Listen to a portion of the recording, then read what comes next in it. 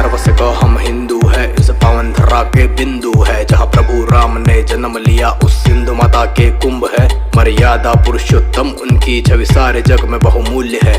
राम राज्य प्रस्थापित करके किया कर्म अतुल्य है। हाँ 14 साल वनवास भोग के पिता शब्द का मान रख के धर्म पाथ पर चलते रहे ये राजपाट का मोह छोड़ के। सीता माता विरह तोड़ने लगे, समुद्र पे सेतु जोड़ने, राम सेतु निर्माण करके ये प्रेम प्रतीक चले सीता खोजने। महाशक्ति बलशाली रावण अचंभित इन कार्यों से, खाक हुई सोने की लंका पवन पुत्र हनुमान से।